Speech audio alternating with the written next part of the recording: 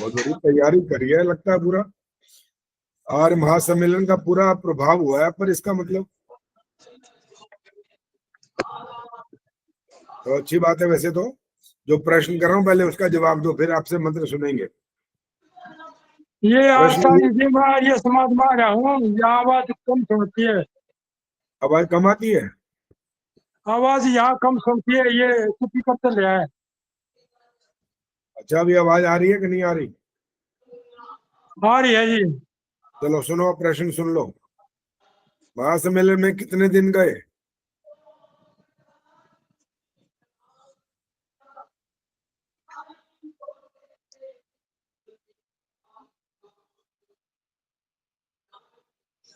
जल्दी जल्दी जवाब दो, इतनी देर मत लगाओ। महासम्मेलन में कितने दिन गए? आचार्य जी मेरे पैरों में वो है, बैलेंस नहीं बनता, इसलिए नहीं जा रहा भाई। मैं जो बाकी पूछ यहाँ रहा हूँ देख उसका रहा था। जवाब थोड़ी है। मैंने जो पूछा उसका जवाब दो। मैंने ये पूछा है आर्य महासम्मेलन में कितने दिन गए, ये पूछा है। एक दिन भी नहीं। तो अभी तो आपने कहा मैं गया था वहां, और आर्य समाज थोड़ी पूछा था मैंने। तुम आर्य समाज समझे बैठे हो। चलो ठीक है, ठीक है, माइक बंद करो। ओके। आचार्य जी मेरे से मंत्र सुन लेना।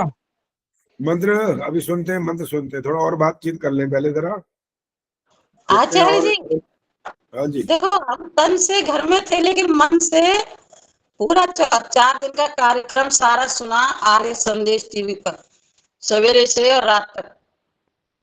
चारों दिन। हाँ जी, 4 दिन तन से घर में थे, मन से वहां थे। ठीक है। अभी जो प्रश्न आने वाला है ना वो आप सबके लिए है।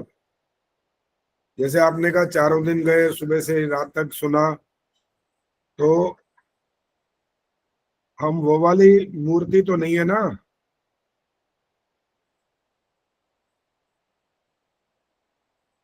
समझ आई ये बात? इधर से इधर और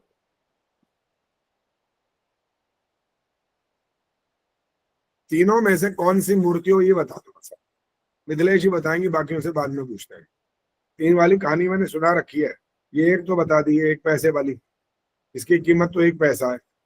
वो हो तो वो भी बता दो। चलो जो भी हो ये बता दो बस, कौन से हो। मतलब ये आप कहना चाह रहे हैं कि जो चीज हमने सुनी उसको या तो दूसरे कान से निकाल के दिल में, हृदय में धारण कर लिया। मेरे को तो ये पूछना है कि किसने कौन से मूर्ति का स्वरूप धारण कर लिया, ये पूछ रहा हूँ। अच्छा, मूर्ति का ये सोच के मूर्ति माने बताऊंगे। जड़, जड़ नहीं है। जड़ का अर्थ है वहां जो उसका संबंध है उस मूर्ति का। इधर से सुन के इधर से निकल जाना, इधर से सुन के यहाँ रुक जाना, इधर से हृदय में आना, ये वाला मतलब है। माइक ऑन करके बोलो। बोलो बोलो। बताया था। बताया था नहीं, जवाब दो। कौन से मूर्ति बन गए हो अब, ये बताओ, ये पूछ रहा हूँ। गोलमाल ही करे जा रहे हो बात को, हाथी होगी घुमा रहे हो इधर से उधर। घुमाना नहीं है, यही तो पूछना है। ये आर्य महासम्मेलन में जाने का उद्देश्य क्या है? इतना पैसा खर्च हुआ, पता है आपको कितना? इतना पैसा, इतने बड़े बड़े हॉल, इतना बड़ा वहां पर सिस्टम, खाना भोजन, विद्वानों को बुलाना और बसों की व्यवस्था, ठहरने की व्यवस्था, सारा कुछ किया भाई। इसके बाद परिणाम क्या है, मैं तो ये पूछ रहा हूँ। जिसने जवाब देना वो हाथ खड़ा कर देना बस। ऐसे अगर एक एक से पूछेंगे तो फिर गोलमाल ही बात करते रहोगे। गोलमाल नहीं करना, असली में पूछना है कि फायदा क्या हुआ, क्या क्या क्या निश्चय क्या किया है। दिखने वाले तो बहुत कम है, मतलब उस केवल। सम्मेलन को दिखाने का, देखने का तात्पर्य ये था जी, मतलब दुनिया को दिखा दिया कि आर्य समाज क्या है और क्या कर सकता है।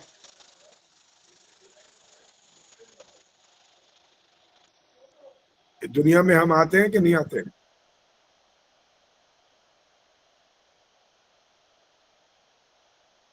आते सारे आते हैं, जो वहां गए वो तो नहीं आते।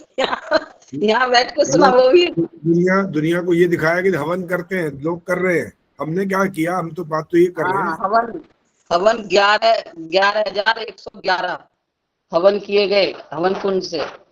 बड़ा हवन कुंड भी था वहां पर, अलग ये अलग सारी भी थे। बातें मैंने देखी हुई है, मैंने ये नहीं पूछना, मेरे को जो पूछना है उसका जवाब दो बस।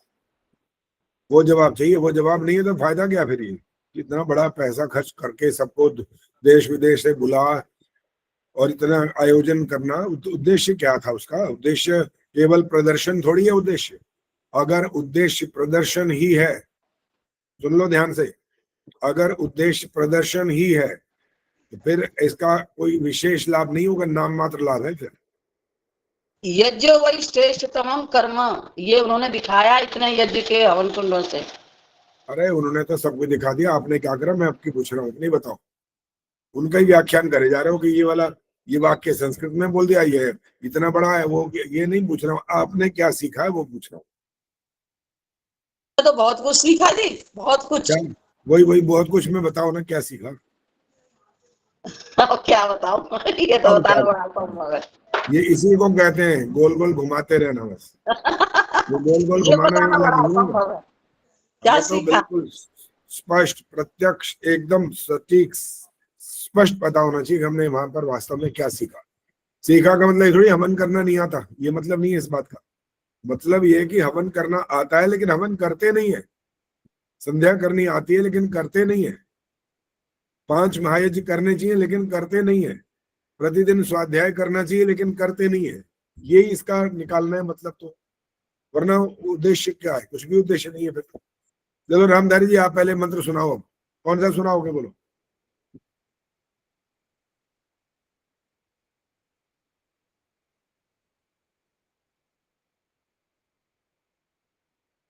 साठ से ऊपर क्यों पता लग रहा है? इसलिए माइक ऑन नहीं करते, यही तो भूल जाते हैं, जब जब जरूरत हो तब नहीं करते, नहीं तो ऑन करके बैठ जाते हो। संध्या में से सुना दूं आचार्य जी? हाँ सुनाओ, कौन सा सुनाओगे? अपने आप सुनाओ, चलो कोई भी सुनाओ।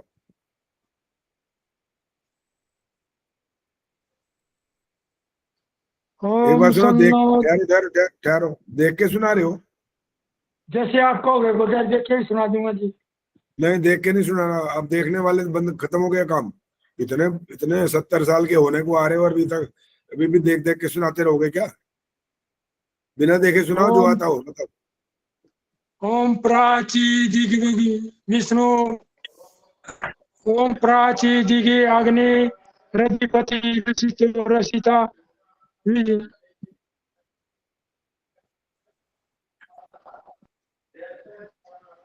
ठहर जाओ ठहर जाओ ठहर जाओ।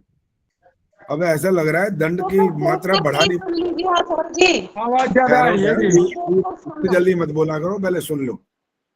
रामधारी जी, ऐसा लग रहा है कि दंड की व्यवस्था बढ़ानी पड़ेगी अब। ये 500 ये तो आवाज आ किसी रही ने कुछ नहीं, है। ठीक है जी, ये तो ज्यादा कर दूंगा मैं। दंड डबल करना पड़ेगा अब। दंड भाई 500 से काम नहीं चल रहा लगता है।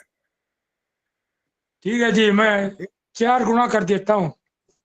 4 गुना करो, तुम 10 गुना करो तो और अच्छी बात है, वो नुकसान कुछ नहीं है, फायदा ही है उसमें। लेकिन लेकिन ये इसका मतलब सिर्फ ये नहीं है कि दंड भरते जाएंगे और वैसे के वैसे ही रहेंगे, ढाक के 3 पाप नहीं जो जी, पहले थे वही के वही। ये नहीं करना ना। मंत्र तो याद है मेरा, दंड की व्यवस्था बाकी है। सुनो, सुनाते वक्त अरे पता नहीं सुन क्या हो लो, जाता है। सुन लो, अरे सुनो ना, बोलो मत, सुनो, सुनो, बोला नहीं हाँ है। जी, दंड की व्यवस्था का मतलब ये होता है कि ये दोष दोबारा नहीं होगा, इसलिए दंड दिया जाता है। ठीक। और हम ठीक सब है ने जी, नहीं ये समझ होगा। रखा है कि क्या हो गया था। अरे बंद कर दो माइक, बोले जा रहे हो फिर।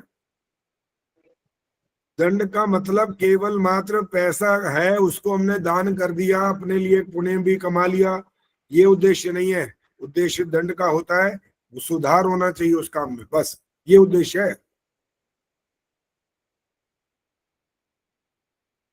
और इसलिए अब जो आपने 5 गुना 4 गुना जो भी करना है वो दान कर देना और रसीद भेज देना। चलिए गर्विता ठीक भी है आई है आज आचार्य जी, सामने मैं जी। अभी आर्य समाज में हूँ। अभी पर्ची बनवा लेता हूँ, अभी कर देता हूँ। ठीक है, जो कहा जाए ना वो सुन के उसको करना होता है, उसका उत्तर नहीं देना होता। ठीक है जी, अभी कर देता हूँ। गर्विता बंद कर दूंगा आवाज अब। गर्विता बताएंगी ठीक है कि जी। ये सम्मेलन में गई थी कि नहीं? नहीं आचार्य जी, मैं नहीं आ पाई, बच्चों का 9th 10th है, तो मैं यहीं पर ही देहरादून में ही हूँ अभी। अच्छा ठीक है। खैर वैसे देहरादून से भी आए थे लोग, अरे की अपनी कोई व्यवस्था हो सकती है, उसमें कोई ये बात नहीं है कि क्यों नहीं गए, वो कोई बात नहीं, जिसने जैसा जैसा अपना कार्यक्रम बना रखा उसमें कोई बात नहीं है। लेकिन इसमें एक छोटा सा ये अर्थ निकलता है कि हमें ऐसा आयोजन जो 5-10 साल बाद होता हो उसको महत्व ज्यादा देना चाहिए। उसको ये नहीं समझना चाहिए कह रहे मेरे घर के काम ये रह गए, मेरे वो रह गए, ये कर लूं, अब ये निपटा दूं। तो अगर ऐसा करेंगे तो नुकसान तो उसमें कुछ नहीं हो रहा, वो तो घर का काम तो चल ही रहा है, पहले भी चलता है, आगे भी चल जाएगा। लेकिन ये सम्मेलन आदि जो होते हैं ये इतनी जल्दी नहीं आते, और उसमें कितने लोगों से मिलना जुलना होता है, परिचय भी होता है, और बहुत सारी चीजें सीखने को भी मिलती है। चलिए कोई बात नहीं, जो हो गया वो हो गया, अब तो लौट करके वो नहीं आएगा वापिस। अब हम मंत्र पाठ की जो बात है उनसे तो सुनना की बात नहीं रही है। रामधारी जी तो 4 गुना आज उसका दंड भुगतेंगे।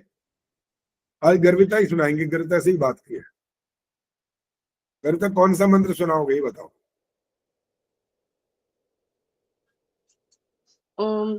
मुझे मंत्रों का राजा जो एक है वो ओम इंद्राणी श्रेष्ठानी द्रविणानी। अच्छा ये वाला सुनाना, सुनाओ ठीक है। मेरे को बहुत अच्छा लगता है इसलिए। ठीक है कोई बात सुनाइए। ओम इंद्राणी श्रेष्ठानि द्रविणानि चित्तिं दक्षस्य सुभगत्वमस्मे पोषं रयिणाम् अरिष्टिं तनूनां स्वात्मानं वाचः सुदनित्वमहनाम् स्वाहा। अच्छा ये हवन भी हो रहा है क्या? सुबह भी साथ हो गया। जब हवन करेंगे तब वहां पर सुहा जरूर बोलना होता है इस मंत्र के साथ, लेकिन जब संध्या करते हैं वहां पर भी आता है एक बार सुहा। अब ये विष्णु प्रिया बताएंगे वहां सुहा क्यों आ जाता है, उसका कारण क्या है। आचार्य जी इस मंत्र में इंद्राणी तो नहीं है, इंद्र है, मैं इसलिए कह रहा हूं। यार इंद्र जी ऐसे नहीं बोलना, जिसको बोला पहले उनको बोलने दो, जब वो कहेंगे हमें नहीं पता तब आप फिर हाथ खड़ा करना, फिर बोलूंगा किसने क्या बोलना है। हाँ जी विष्णु जी बताओ। हाँ इतना तो मुझे पता नहीं है, लेकिन ये है कि अपने आप को समर्पण करने के लिए हम स्वाहा शब्द है। बाकी मंत्रों में समर्पण नहीं, केवल यही समर्पण करते हैं। संध्या स्वाहा तो इसलिए बोलता है ये मेरा नहीं है, मैं समर्पण करती हूँ नहीं स्वाहा ऐसे का मतलब करके। ये नहीं होता ये मेरा नहीं है, ये नहीं होता इसका इधर ना लगा। बस हो गया, और नहीं बोलना। इंदिरा उदय जी बोलो। नहीं मैं कह रही थी, उन्होंने बोला ना इंद्राणी श्रेष्ठानी, इंद्र श्रेष्ठानी है ना, इंद्राणी नहीं है, मैं ये बताना चाह रही थी। अच्छा ये बता। हाँ इंद्र श्रेष्ठानी है ना, वो स्टार्टिंग उसकी ऐसे है। हाँ। गर्विता जी अब इसका सुधार कर लेना, इंद्राणी नहीं है, इंद्र श्रेष्ठानी। स्वाहा का अर्थ आचार्य जी बताओ। बताएंगे पहले और से जरा स्वाहा पूछ लो। बताते आप बता रहे हो, आप बता रहे हो गर्विता, आप बता रहे हो क्या? आप बताओ हाँ जी। बोलो। स्वाहा का अर्थ है आहा, कि मंत्र कितना अच्छा है, इसका अर्थ कितना सुंदर है। तो इसको बोला गया कि स्वाहा आहा, मंत्र को उसकी अप्रिसिएशन की गई है, और प्रसन्नता भी उसमें दी गई है कि प्रसन्न होके खुश होके उसको करना है, हैप्पीनेस। हाँ जी मिथिलेश जी क्या जवाब है? आचार्य आपने 3 इसके नियम बताए थे, मेरे को तो याद नहीं है। 3 बताए थे, ये पता है। सब गोलमाल है। हाँ सुधीर कुमार जी क्या हाल है? नमस्ते आचार्य जी। नमस्ते जी, कुछ है याद स्वाहा क्यों बोलते हैं? आचार्य जी बहुत दिन हो गए, भूल गया। बहुत दिन हो गए, इसलिए तो स्वाध्याय के लिए बोलते रहते हैं, स्वाध्याय करते रहना चाहिए। स्वाध्याय जरूरी होता है, प्रतिदिन का कार्य होता है, और ये सम्मेलन तो आपको यही प्रेरणा देने के लिए तो आया है। केवल स्वाध्याय की प्रेरणा नहीं है, बहुत कुछ प्रेरणाएं दी है उसने, लेकिन हम लेने वाले बने तब तो बात है ना। और लेंगे नहीं तो केवल भाषणबाजी होकर के सब खत्म हो जाए तो फायदा क्या फिर उसका। भाषण तो सबको देना आता ही है, उपदेश पर उपदेश कुशल बहुतेरे सुना ही है आपने। बोलने वाले बहुत अच्छा अच्छा बोलते हैं, जबरदस्त बोलते हैं, प्रमाण देते हैं, वेदों के मंत्रों के प्रमाण देते हैं, कोटेशन बोलते हैं, महापुरुषों का नाम साथ में जोड़ते हैं। जब करने की बात आती है तो वहां पर ये आपको लगे। हमें न लगे, आपको लगे, यहाँ पहुंच जाती है स्थिति। अरे अपने आप को पहले लगाओ ना, तब तो दूसरों को लगाओ। अपने आप को लगी नहीं बात तो काहे को दूसरों को लगा रहे हो? आपको वो अधिकार ही नहीं होता दूसरे को बोलने का। रेमन जी बोलो कुछ।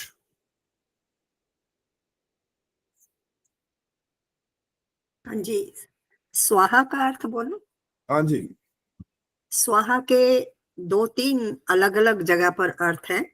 पहला तो सु अग्रे आह, सु मैंने अच्छा, आह मैंने बोलना। दूसरा है स्व आह, स्व प्रति आह, यानी अपने को, जैसे कहते हैं ना हम लोग कि अपनी समीक्षा खुद करना, अपने आप अंदर झांकना, इंट्रोस्पेक्ट करना। और तीसरा हम ये ले सकते हैं स्वाहा का अर्थ कि जब हम आहुति देते हैं तो उस वक्त भी स्वाहा बोला जाता है कि हम ये आहुति बड़ी प्रसन्नता से दे रहे हैं। और स्वाहा का एक और अर्थ होता है, हाँ, सु आह, यानी सु मैंने अच्छा और आ मतलब कहाँ तक, यानी मेरे को कुछ कहना नहीं आ रहा दिमाग में, इतना स्पष्ट कर नहीं पा रही मेरे दिमाग में पहले। कोई बात नहीं। गीता ने हाथ खड़ा किया, गीता बोलो। नमस्ते आचार्य जी। नमस्ते जी, बोलिए। इसका तीसरा ये अर्थ है स्वाहुतम, अर्थात अच्छी रीति से परिमार्जित करके हवि को सदा हवन करना चाहिए, अच्छी रीति से। अच्छी और रीति बाकी से। तो दीदी ने बता ही दिया, सुंदर कोमल कल्याणकारी होता है। सुवा, सुंदर कोमल मधुर कल्याणकारी, प्रिय वचन मनुष्य को बोलना चाहिए। दूसरा, वाणी के मध्य में जो भी कुछ है, जो हमारा पदार्थ है, उसी को अपना मानना चाहिए, दूसरे का ठहरो। जी। ये जितना पढ़ के बोलते हो ना, यहाँ पर पढ़ के बोलना इस समय मना होता है। यहाँ पर जब कहा गया ना मिथिलेश जी से, उन्होंने कहा मेरे को याद नहीं आ रहा, तो यही करना होता है, जो याद हो वो बोलना होता है। पढ़ करके बोलना तो मैं सारी किताब में से पढ़ते ही जाऊंगा, सब कुछ पढ़ ही सकते हैं, सिर्फ पढ़ना नहीं है। चंदा जी बोलो, चंदा जी बोलो। जैसा ज्ञान आत्मा में हो वैसा जीवा से बोले, और इसका संधि विच्छेद है सु जमा आह, जैसा सबने बताया।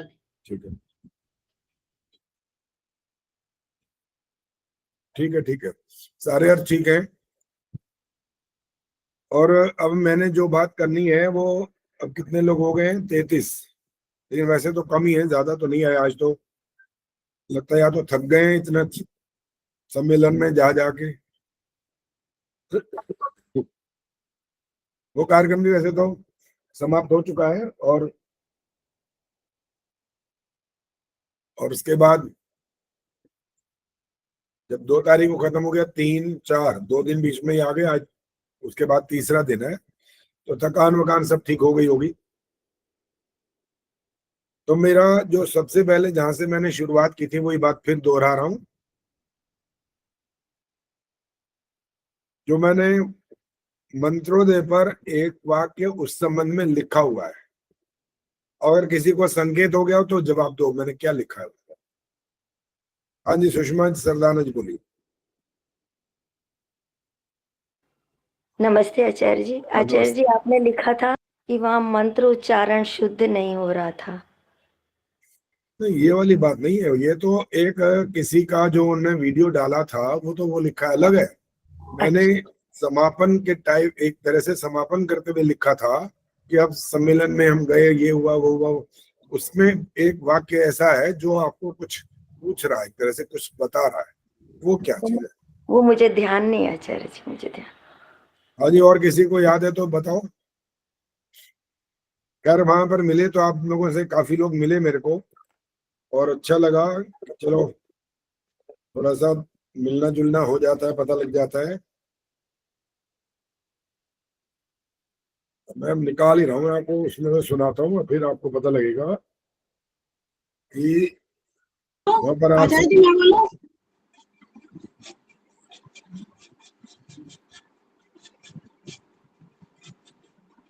अभी कौन बोला था? मैंने देखा नहीं। अच्छा, ये संगीता बोली है। हाँ जी, आपने कहा था कि मैंने सत्यार्थ प्रकाश के 110 समोल्लास के 350 प्रश्न तैयार कर लिए हैं, ये वाली बात की नहीं है, ये वाली और कुछ मैंने और बात कुछ और की थी, वो तो हो गया। और आप में से 33 लोगों ने कहीं तालियां बजाई हैं, किसी ने ऐसे दिखाया, किसी ने कुछ और किया, वो तो हो गया, वो ठीक है। वो आपको पता लग गया कि हम किसी काम में पीछे नहीं रहते, फटाफट काम करते हैं, का मतलब काम आ गया तो काम शुरू, रुकते नहीं है। जो और बात कही थी वो वाली बात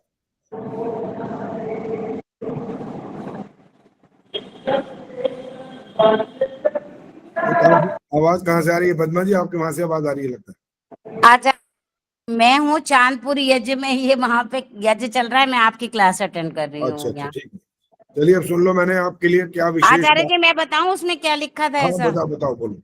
आचार्य जी आपने लिखा था कि जो वहां पे जाओ कोई संकल्प करो तो उसको पूरा करो। बिल्कुल यही नहीं था आचार्य जी, इसमें, इसके अंदर यही मैं ढूंढ के निकाल के बोलने वाला था कि वहां जाकर के अगर कोई संकल्प नहीं किया, कोई व्रत नहीं लिया, तो फिर तो वही के वही जैसे पहले थे वैसे के वैसे अभी होंगे। और उसमें से सबसे ज्यादा मुझे जो इम्पोर्टेंट बात लगती है वो पंच महायज्ञ से रिलेटेड है, बस इसी में सब कुछ आ सकता है। ये पंच महायज्ञ ऐसी चीज है जिसके माध्यम से आप व्यक्तिगत, परिवार का, समाज का, राष्ट्र का, विश्व का कल्याण कर सकते हो। आस्तिक बनोगे सबसे पहले तो आप, ब्रह्मयज्ञ की बात से शुरुआत होगी ना, आस्तिक बनोगे। और फिर केवल अपने आप के लिए थोड़ी करना होता है। वहां पर जो हमने, जब ये उद्घाटन हो रहा था, पद्मा जी और वंदना शर्मा और बहुत सारे लोग और भी थे, तो इन्होंने वहां सुना, मैंने कहा कि बच्चों को प्रारंभिक शिक्षा जब माता पिता देते हैं ना, सबसे पहले माँ ही देती है, वही उसको आस्तिक बना सकती है सबसे पहले। अगर ये वाला कार्य नहीं किया तो फिर किया क्या? फिर क्या किया? फिर तो कान से सुना और कान का रस लेकर आ गए, भजन सुन लिए, गाने सुन लिए, कुछ कुछ नृत्य भी हो रहे थे वहां पर, कुछ और भी नाटिकाएं भी हुई हैं। और इतना बड़ा भारी 11,111 कुंडी यज्ञ भी हुआ। तो ये सब आयोजन हमें प्रेरणा देने के लिए किए गए है ना। प्रेरणा नहीं लेंगे तो फिर लाभ क्या हुआ? कोई लाभ नहीं है फिर तो अब आपको संकल्प करना पड़ेगा। अब सुन लो, तो आपने तो अपने आप नहीं बताया कि आपने संकल्प लिया कि नहीं लिया। आप में से हो सकता है कुछ पहले से करते हो, गिने चुने ही होंगे, शायद 4-5 ही हो सकते हैं जो प्रतिदिन करते होंगे, और बाकी सबको भी ये प्रतिदिन करना चाहिए। कारण ये है कि ये आपका दैनिक कार्यक्रम है, ये वाला कार्यक्रम साप्ताहिक या मासिक या वार्षिक कार्यक्रम नहीं है, ये वाला दैनिक नित्य कर्म है ये वाले। और दैनिक नित्य कर्म को हम सुनकर वहां पर किसी का व्याख्यान के रूप में सुनकर के आ जाएंगे और उसका पालन नहीं करेंगे, फिर लाभ क्या हुआ? इसलिए कोई ऐसा भी कहता है जी हमारे पास तो बिल्कुल समय नहीं होता, और हम उनसे फिर जब ये वाला कोई ऐसा कठोर प्रश्न कर देंगे, टीवी देखते हो, रोटी खाते हो, नहाते धोते हो, सोते हो, घूमने भी जाते हो, सारे हाँ है, लेकिन जब ये वाला प्रश्न आता है तो टाइम नहीं है। ये टाइम निकालने से निकलता है, ऐसी कोई बात नहीं। हमारा तो ऐसा कार्यक्रम चल रहा है, बिल्कुल मैंने शुरू में कहा था, वहीं पर पद्मा जी को याद होगा जहां से मैंने शुरुआत की थी अपने उस भाषण की। पता है आपको क्या बोला था? याद है? जी मैं थोड़ा देर से पहुंची थी तब। और कौन था जो बिल्कुल शुरू में था जब मैंने शुरुआत की थी? वंदना जी आप थी क्या? नहीं आचार्य जी, हम थोड़ा लेट हो गए थे क्योंकि हो गए। पहले से प्रतीक्षा कर रहे थे, फिर दूसरी तरफ चले गए थे। ठीक है, तो वहां मैंने शुरुआत क्या की थी वो सुन लीजिए। अब यहां से प्रारंभ हुआ था मेरा वाक्य, आज से लगभग 65-66 साल पहले की बात है। आर्य समाज के अंदर एक बहुत छोटा सा बच्चा, 2.5-3-4 साल का, सीधा ऐसे कमर सीधी करके, आंखें बंद करके और चौकड़ी मारकर संध्या के मंत्र बोल रहा था, शुद्ध उच्चारण, और यज्ञ प्रारंभ हुआ तो यज्ञ के मंत्र बोल रहा था वो बिल्कुल शुद्ध उच्चारण। आर्य समाज के और लोग देख करके बड़े हैरान थे कि 2, 3, 4 साल वाला बच्चा ये संस्कृत वाले मंत्र कैसे बोल रहा है भाई, और वो भी शुद्ध बोल रहा है, कोई गलती नहीं हो रही इसके अंदर। तो मैंने कहा ये वो जो 4 साल वाले बच्चे की बात हो रही है ना, वो और कोई नहीं था, मैं ही था, जिसने अपने पिताजी से सीखा था ये सब, क्योंकि वो संस्कृत के अध्यापक भी रहे और प्रतिदिन घर में यज्ञ संध्या हम करते रहे। और मैंने कहा वो दिन है और आज का दिन है, लगातार ये सारा का सारा आयोजन संध्या यज्ञ का हम अभी भी कर रहे हैं, प्रतिदिन कर रहे हैं। और ये आपको मैंने कई बार बताया कि 16 और 16 32 आहुतियों देने की जो बात कही है महर्षि दयानंद ने कि प्रत्येक मनुष्य को प्रतिदिन 16 आहुतियां प्रातः काल और सायंकाल की मिला के 32 देनी चाहिए। और मैंने आपको कई बार बोला कि मैं 300 से भी अधिक आहुतियां हर रोज डालता हूं। संविधान भी लगती होंगी, सामग्री भी लगती होगी, ये पदार्थ लगते हैं ना आखिर तो वहां पर हम इसको महत्व नहीं दे रहे कि धन जा रहा है इसमें। महत्व इस बात का है कि आपकी तरफ से कुछ अच्छा काम हो रहा है कि नहीं हो रहा, आपको तो लाभ मिलेगा ही मिलेगा उसका, औरों को आपने लाभ पहुंचाया कि नहीं पहुंचाया। आपका जो यज्ञ समापन जब आप कर रहे होते हो, आर्य समाज के सत्संग में जाते हो या घर में भी जब सत्संग समाप्त हो रहा होता है तो आप सर्वे भवन्तु सुखिनः सर्वे सन्तु निरामया ये सब बोलते हो। तो सर्वे भवन्तु सुखिनः, सब सुखी हो, कैसे सुखी हो जाएंगे, बोलने से थोड़ी हो जाएंगे। आप काम ऐसा करो ना जिससे सब सुखी हो। और बच्चे तो इस बारे में प्रश्न करते रहते हैं, सर आप तो घी फूंक रहे हो, इतने पैसे आप बर्बाद कर रहे हो, इससे अच्छा तो मेरे को कुछ पैसे देते, मैं घी खा के तगड़ा हो जाता। तो उन बच्चों के वाकई बचकाने वाले प्रश्न है, ये बुद्धिमत्ता वाले प्रश्न नहीं है, क्योंकि वो इस विषय को ठीक से गंभीरता से समझते नहीं है। और जब इसका महत्व समझ जाएंगे, जान जाएंगे तो ये काम करेंगे। एक अकेला बच्चा किसी को हम 50-100 रुपए का घी डाल ले करके खिला दें तो उस अकेले का लाभ होगा ना, और किसी का लाभ तो होगा नहीं। वो तो चलो शक्तिशाली बन जाएगा, लेकिन जब आप यही इतना धन आप यज्ञ में आहुतियों के रूप में जब व्यय करेंगे तो आपने केवल अपने को थोड़ी लाभ पहुंचाया है, केवल अपने परिवार को लाभ थोड़ी पहुंचाया है, आपने दूर दूर तक लाभ पहुंचा दिया। तो इस तरह से होता है सर्वे भवन्तु सुखिनः, बोलने मात्र से नहीं होता है।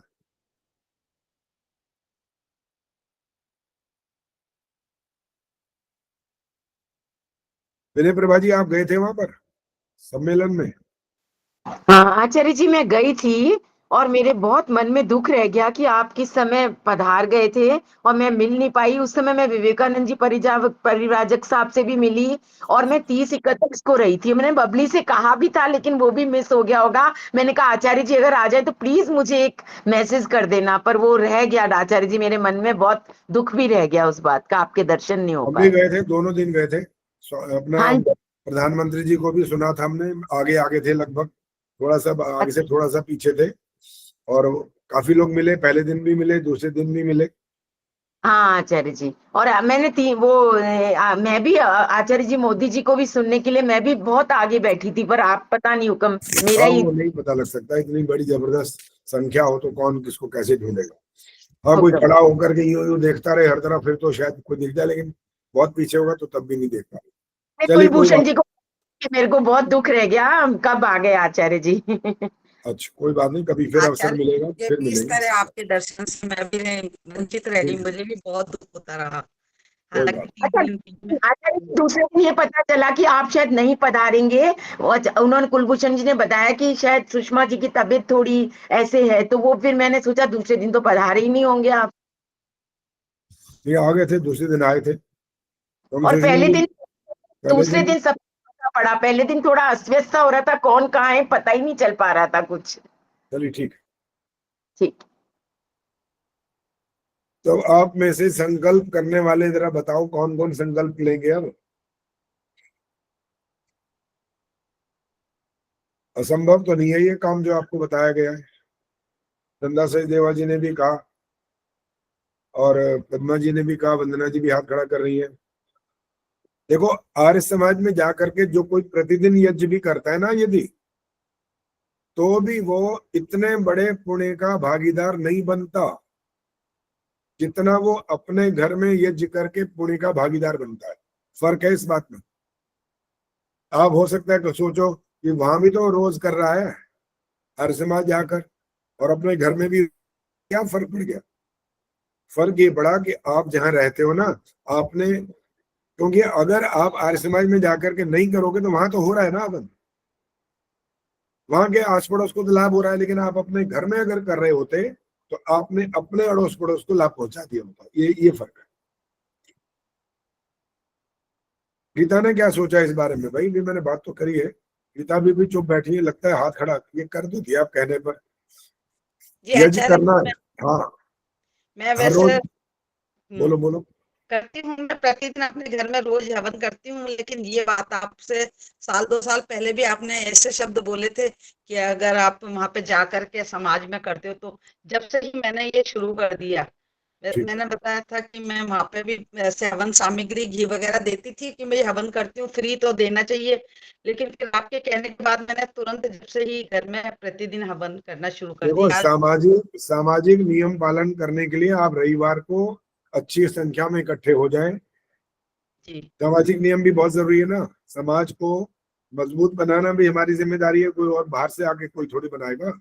जी आचार्य जी, मैं तो घर के अलावा पहले अपने घर में करके और फिर समाज भी जाती हूँ, प्रतिदिन 2 बार हवन मेरा। ठीक है, तो अपने घर में करने का और भी लाभ होता है कि आप अपने बच्चों को पूरा ऐसे संस्कार दे देते हैं कि वो फिर अपने जीवन के साथ इस बात को जोड़ लेते हैं। ये फायदा भी होता है। वहां तो आर्य समाज में तो बच्चे नहीं जाते, और रविवार को भी जाने की बात अगर कर दें तो वहां पर भी वो करते रहते हैं, जाने की इच्छा ही नहीं करती उनकी। वहां क्या होगा जी, वहां तो एक लेक्चर ही तो सुनेंगे और क्या होगा। अरे ये लेक्चर सुनना ही सबसे बड़ी बात होती है, इसी से तो इंसान को सीखना होता है कि करना क्या है। वहां पर बाकी जितने दुनिया भर के आडंबर हो रहे हैं, वहां पर अंधविश्वास पाखंड चल रहे हैं, वहां बच्चे भाग भाग कर जाते हैं और गलत बातें सीखते हैं वहां पर। हाँ जी संगीता, क्या बोलना बोलो। आचार्य जी, मेरे को ये समझ नहीं आ रहा, आप कह रहे हैं 16 आहुति दे दो, तो कौन से मंत्रों की आहुति दे 16?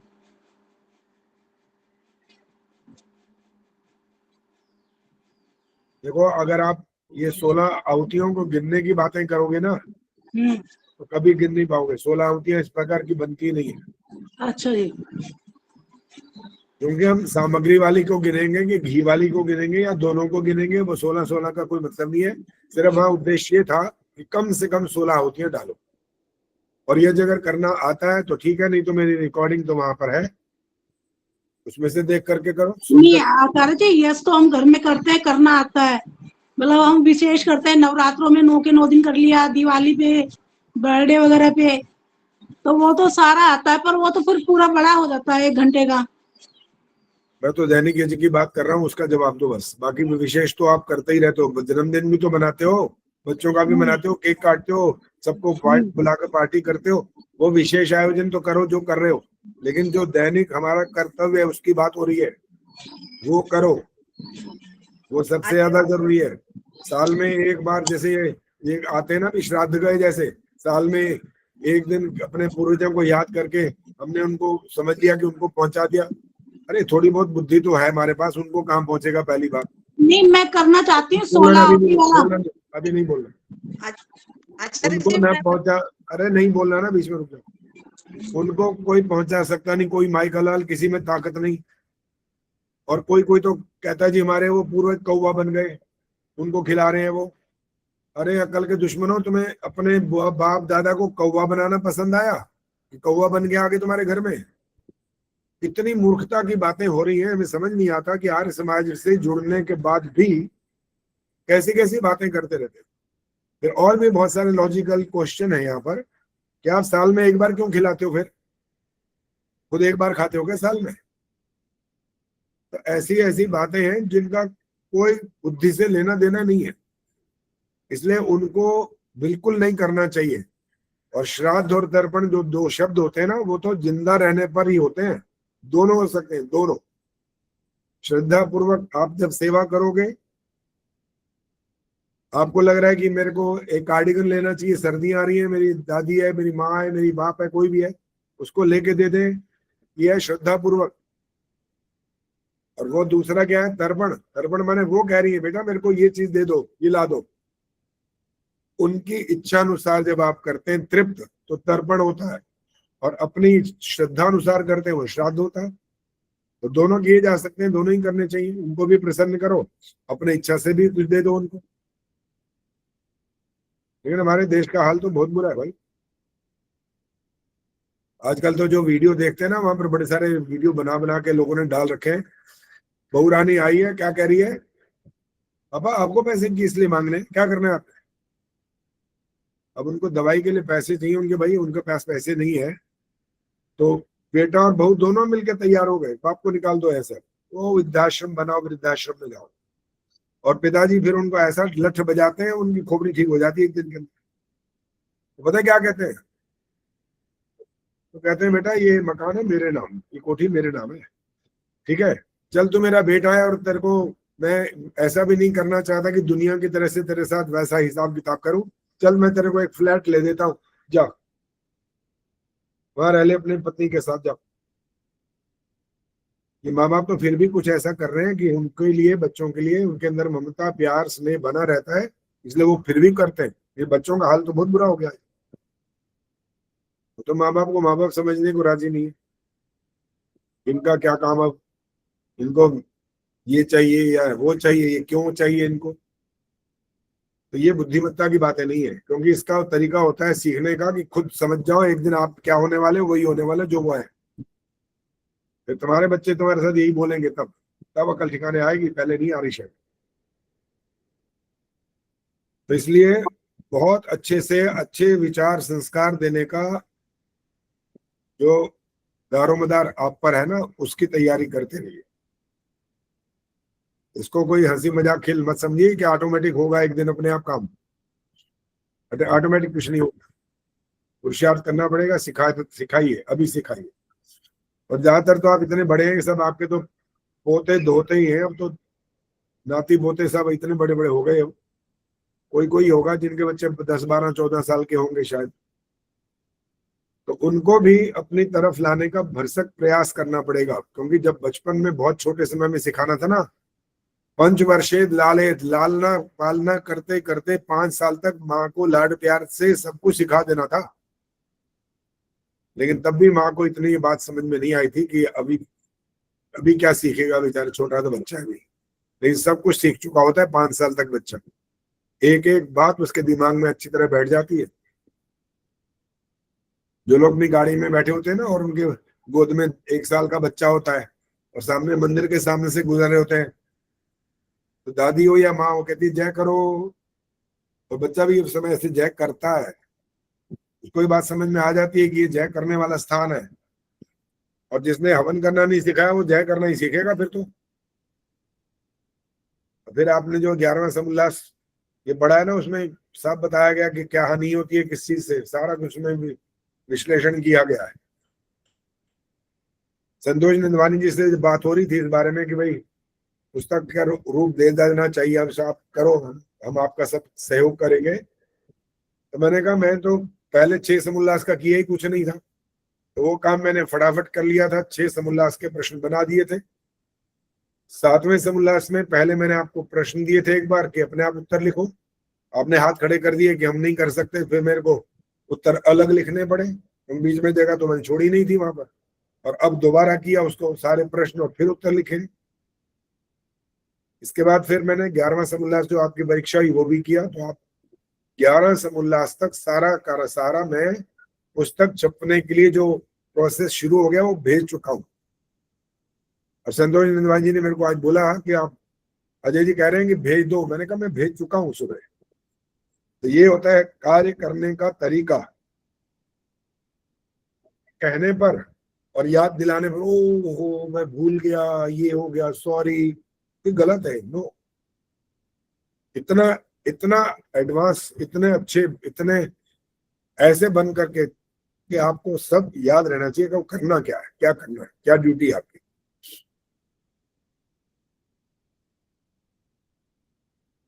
चलो जी, अब पढ़ना है या क्या करना है? क्या समय हो गया? 35, 3:35। आचार्य जी एक बात पूछनी थी मैंने। आप पूछो जी, पूछो। आचार्य जी आप जैसे बता रहे हो घर में यज्ञ करना चाहिए और मैं भी समझती हूँ करना चाहिए, पर मैं नहीं कर पा रही हूँ क्योंकि यदि घर में करूंगी ना तो समाज में बंद हो जाएगा हमन। तो वे आप दो अकेले तीन जाते हो क्या समाज में? 4-5 हैं, फिर हम मंत्र बोलते हैं कि तुम्हारे बिना नहीं कर पाएंगे। बस आदमी संख्या बहुत कम है, तो गरीब मंदिर में यदि हवन बंद हो गया ना तो फिर तुम्हारा पाप चढ़ेगा, ये मन में आ जाती है। अब तुम्हारा भला हो जाए, पाप चढ़ेगा तो मंदिर में रौनक होनी चाहिए। अब सुन लो, पाप चढ़ेगा का प्रश्न का उत्तर आना शुरू हो गया था। अभी और बात सुन लो। हाँ जी। पाप न चढ़े, पुण्य चढ़ जाए, वो चलेगा? करोगे? हाँ, पुण्य वाला तो करेंगे काम। पुण्य वाला करोगे तो अपने घर में भी करो, वहां भी करो। अब बोलो। जी, अवस्था ऐसी होगी, अब 75 साल की उम्र होगी, हाँ, 70-75 की, तब 2 बार नहीं हो पाता, ये दिक्कत होगी। और ठीक है, फिर वे ऐसा बोलते हैं कि तुम 2 ही आदमी हो, तुम्हें क्या फर्क पड़ रहा है, बच्चे थोड़ी है घर में, तो तुम वहीं कर लो हमारे पास। ठीक है, हर एक का अपना अपना तरीका है बात करने का, समझाने का। फिर अब अंतिम बात तो निर्णय वो व्यक्ति करता है स्वयं।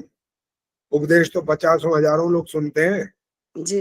एक टीचर से पढ़ने वाले 50 बच्चे, 40 बच्चे एक क्लास में बैठे होते हैं, सारे के सारे फर्स्ट नहीं आते, फेल भी होते हैं उनमें से। जी। तो टॉपर भी बनता है उन्हीं में से ही, उन्हीं के टीचर में से पढ़ाया हुआ, और फेल भी उन्हीं वाले में से ही होता है। जी। तो माँ बाप ये कह के लठ बजाने पहुंच जाए कि देखो आपने क्या पढ़ाया बच्चे को, तो टीचर कहता है ये जो टॉपर है ये कहाँ से आ गया, इसको मैंने कान में मंत्र थोड़ी फूंका था, इसको भी ऐसे ही पढ़ाया था जैसे सब बच्चों को पढ़ाया था। जी, तो अंतिम सोचती तो निर्णय हूँ। आपका है, हमारा नहीं है। हमने बता दिया बस तरीका, आप जो कर सको वो करो बस। ठीक है जी। हाँ जी, और विष्णु प्रिया ने भी एक प्रश्न किया हुआ है मेरे ख्याल है। विष्णु प्रिया कहाँ गई है? मंत्रोदय पे मैंने अभी देख लिया था, उन्होंने कुछ लिखा हुआ है। क्या लिखा है बोलो? आ गई? चाय पी रही है क्या? पहले तो सामने दिखाई दे रही थी, अब तो दिखाई भी नहीं दे रही है। हाँ जी, और किसी ने कुछ पूछना तो पूछो जब तक, और क्या करें? बोलो वंदना जी, बोलो। आचार्य जी, सबसे पहले तो मैं आपको धन्यवाद देना चाहूंगी कि हमें आपके दर्शन हुए, और उसके पश्चात वहां जो आपने पुस्तक का विमोचन किया था, वो छोटी छोटी जो पुस्तक है वो एक बहुत ही सुंदर है। मैंने स्वयं अपनी पोती के लिए खरीदी है, और जिसको देख के वो बहुत प्रसन्न हुई, और जब देखती है, पढ़ती है, तो उसके एक एक चीज, अरे वाह, ये तो बहुत अच्छी बुक लेके आई हो माँ आप मेरे लिए, बहुत अच्छी। मैंने 800 रुपए की करीब वहां से जो है बाल पुस्तकें लिए हैं, और वो इतनी सुंदर है। उसमें जो चित्र करना है, जो बच्चे अपना दयानंद जी के बारे में चित्र वगैरह रंग करेंगे, रंग भरने वाली है, तो बहुत ही सुंदर है, और बहुत बच्चे खुश हुए हैं। मैंने बहुत सारी पुस्तकें लाके बच्चों को दी हैं, उसके लिए पुनः आपका बहुत बहुत धन्यवाद। बहुत बहुत अच्छा, बहुत धन्यवाद। हाँ जी, निर्मला जी बोलो। नमस्ते हाँ, आचार्य नमस्ते, जी। बोलो। कितनी आयु तक हवन करना चाहिए? हम यज्ञ जो है कितने साल तक की आयु तक कर सकते? अगर संन्यास ना ले तो जीवन भर करना चाहिए। अच्छा, ठीक है। संन्यास ले ले तो, जब भी संन्यास ले तो यज्ञ करने का जो उसका कर्तव्य वो समाप्त हो जाता है। ठीक है। चलो चंद्र जी बताएंगे ये कर्तव्य समाप्त क्यों हो जाता है। उसे उम्र के बात नहीं हो रही। अब सन्यासी के लिए यज्ञ करना क्यों समाप्त हो जाता है, उसका कर्तव्य नहीं रहता, कारण निर्मल जी अभी बताता हूँ, रुक जाओ। चंदा जी। क्योंकि आचार्य जी, सन्यासी का कार्य है कि वह देश विदेश में घूम घूम कर वेद प्रचार करे, इसलिए उसको यज्ञ करने से छूट मिल जाती है। चलो ठीक है, आपका जो उत्तर है। अभी और भी इसमें कोई बात होनी चाहिए। निर्मल डावरा जी बोलो, फिर इनके बाद पद्मा जी आप तैयार रहना। नमस्ते आचार्य जी। हाँ, नमस्ते। आचार्य जी, जगह जगह वो घूमते हैं तो उनके पास वो साधन नहीं होते यज्ञ के, जो सब सामान चाहिए होता है, और उनको इस वजह से भी वो नहीं कर पाते हैं। देखो एक बात सुनो, जो उत्तर आ गया हो शब्द बदल करके वो वाला उत्तर नहीं दोहराना। आपका उत्तर बिल्कुल वही है जो अभी चंदन जी ने बोला है। नहीं, मैंने ये कहा कि हवन इसलिए नहीं करते हैं वो क्योंकि भी यही उनके कह रही पास है, वो भी यही कह रही थी कि सामान वो नहीं होता है आचार्य इधर जी, उधर सामान। घूमते हैं, उनको जाना आना होता रहता, तो अर्थ तो यही है, सामान नहीं होता ना। बात तो यही है। पद्मा चावला जी बोलो। फिर संतोष नंदवानी जी। आचार्य जी, जो सन्यासी का जीवन होता है वैसे ही वो तो परमार्थ के कार्य में ही लगे हुए हैं, तो उनका तो सबसे बड़ा यज्ञ वही है कि वो सभी लोगों को अच्छी शिक्षा दे रहे हैं, तो उनका तो सबसे बड़ा यज्ञ यही है, इसलिए उनको हवन करने की कोई ऐसी आवश्यकता नहीं है उसमें। हाँ जी, संतोष नंदवानी जी बोलो। नमस्ते आचार्य जी। हाँ, नमस्ते जी। आज मैं थोड़ा लेट से जुड़ी, कोई आ गए थे एकदम। अच्छा, क्षमा चाहती हूँ। हाँ, कोई बात तो इसमें सन्यासी का इसलिए कहा जाता है मेरे विचार से, तो क्योंकि एक तो उनकी आजीविका नहीं रहती, कोई उनके पास धन की व्यवस्था नहीं होती, वो अपने भोजन के लिए भी दूसरों पर निर्भर होते हैं, तो इस सामग्री को खरीदने के लिए उनको पैसा भी चाहिए, तो इसलिए भी शायद वो उनको छूट दे दी गई है। निर्मला जी बहुत से ला रही है इसे। आचार्य जी, परिवार जग का मतलब यही है कि घूम घूम करके उपदेश देते, एक जगह मतलब 2 दिन, जैसे स्वामी विवेकानंद है, ऐसे सतपति जी थे परिवार जग, तो वो उस समय एक स्थान पर नहीं ठहर सकते, इसलिए उनके लिए आवश्यक है, उनका कार्य यही है कि घूम घूम करके उपदेश करना। चलो हमारा उत्तर भी सुन लो। हाँ जी, संतोष जी बोलो, क्या बोलना, बोलो। घूम घूम के तो करते हैं, लेकिन वो कहीं तो टिकते हैं, बैठते हैं, अगर उनके पास साधन है तो वो कर सकते हैं, हवन करने में आधे घंटे से ज्यादा नहीं लगता है। चलिए मेरा उत्तर सुनिए, ठीक है, और नहीं बोल रहा हूं। अगर हम आश्रम व्यवस्था की बात करें और 75 तक वानप्रस्थ आश्रम में व्यक्ति रह करके 76वें वर्ष में संन्यास ले, तो उस अवस्था से कोई लेना देना नहीं है संन्यास का मतलब। मेरे छोटे भाई जो स्वामी विवेकानंद परिव्राजक है, उन्होंने कोई 75 साल की उम्र थोड़ी प्राप्त कर ली, वो तो छोटे हैं मेरे से वैसे ही। मैं ब्रह्मचर्य से सीधा संन्यास लिया। जब सन्यासी के गुणों की बात की जाती है ना, तो उसमें इसका उत्तर निकल कर आएगा। पुत्रेषणा, वित्तेषणा, लोकेषणा का त्याग करना होता है। तीनों ऐषणाओं को छोड़ना पड़ेगा। धन की नहीं चाहिए, धन की इच्छा नहीं करनी। पुत्र माने शिष्य है, यहाँ पर शिष्यों की इच्छा नहीं करनी, और लोकेशना माने मान सम्मान की इच्छा नहीं करनी। इन तीनों ऐषणाओं से मुक्त जब व्यक्ति हो जाएगा, और आप में से किसी ने ये कहा कि धन की व्यवस्था नहीं होने पर, एक जगह लगातार न रहने पर, तो उसका उत्तर तो है कि वो अपने जेब से कोई खर्च कर करके हवन जरूरी करना थोड़ी है। वो तो जिसके घर ठहरेगा और देख करके ही जाएगा कि किसके घर जा रहा हूँ, उसको उसका परिचय होगा। कोई अनजान को कोई अपने घर में थोड़ी ऐसे आ जाएगा, आओ जी आ जाओ। उसको पता होगा कि ये परिवार कैसा है, ये अजीब है कि नहीं है, तो वहां हवन कर सकता है। लेकिन उसको इस बात से छुट्टी क्यों दी गई है, वो उत्तर अब सुनिए। वो उत्तर ये है, उसके कपड़ों का जो रंग है यही है जो मैंने पहन रखा है। उसने अग्निहोत्र करते करते करते अपने आप को उस रंग में, अपने जीवन को रंग लिया है। उस अग्नि में अपने आप को ऐसा तपा दिया कि सारे दुर्गुण उसने वहां पर भस्म कर दिए। इसलिए अब उसको इसकी अब आवश्यकता नहीं बची है कि मैं कोई, मेरे को पैसे की कोई लालच रहेगी, मेरे को इसकी कुछ नहीं, अब खत्म हो गया। इसलिए उसको इस कर्म से कहा गया कि आप उपराम हो सकते हैं, आपको अब हवन करने की आवश्यकता नहीं है। और जो आप निर्मला जी ने बताया या और किसी ने बताया कि घूम घूम करके वेद प्रचार करना है, उपदेश देना है, वो तो वो काम करेंगे ही करेंगे। लेकिन इतना बड़ा जो उन्होंने तप किया है ना, अग्नि स्वरूप बना लिया अपने आप को, और कपड़े भी वही धारण कर लिए, इसके अलावा वो और कोई कपड़े नहीं पहनते, यही कपड़े पहनते, यही कलर वाले पहनते होते। इस कारण से वो अग्नि स्वरूप हो जाने के कारण अपने सब दोषों को जो भस्म कर चुके हैं, इसलिए उनको अब यज्ञ करने की आवश्यकता नहीं होती है। ये इसका मुख्य कारण है। हाँ जी, और कुछ? वो कहाँ गई? मैंने अभी नाम मिला था, विष्णु प्रिया जी कहाँ गई भाई? हाँ जी, हाँ जी। आपने क्या प्रश्न किया था, बोलो। अभिमान जो है आचार्य जी, तो वो दुर्गुण में जाएगा कि कैसे? दोबारा बोलो, कुछ सुनाई नहीं दिया अभी। जी मैं थोड़ा बाहर हूँ। अभिमान एक दुर्गुण है तो ये कहाँ प्रमाण है? अभिमान ये कह रहे हो? जी जी जी जी। अभी प्रश्न में से समझ आया नहीं मेरे को। अभिमान निर्गुण है मतलब क्या निकला, मैं समझ नहीं आया। नहीं, एक दुर्गुण है क्या?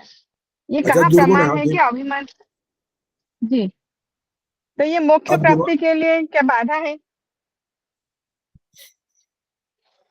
मोक्ष प्राप्ति तो बहुत दूर की बात है, किसी के घर जाने में जी भी बाधा है ये तो। अकड़ करके चले जाओगे ना वहां पर किसी के घर में, अकड़ दिखाओगे, ओके खड़ा हो ऐसे, चल जा अपने घर। मोक्ष तो बहुत ऊंची चीज है, उसका इससे क्या लेने देना, कुछ भी संबंध नहीं है वहां पर। मैं इसका ये उत्तर दे रहा हूं कि अभिमान घमंड आदि तो साधारण जीवन के लिए बड़े खतरनाक है, मोक्ष कैसे मिल जाएगा इसके माध्यम से? अच्छा। समझ आ गया है? तो पूछना कुछ अभिमान और? हाँ जी। तो ये अभिमान तो घमंड घमंड की जैसे नहीं है। तो स्वाभिमान स्वाभिमान अभिमान ऐसे एक ही है ना, स्वाभिमान जैसा होता है? नहीं है, एक नहीं है, अलग है वो।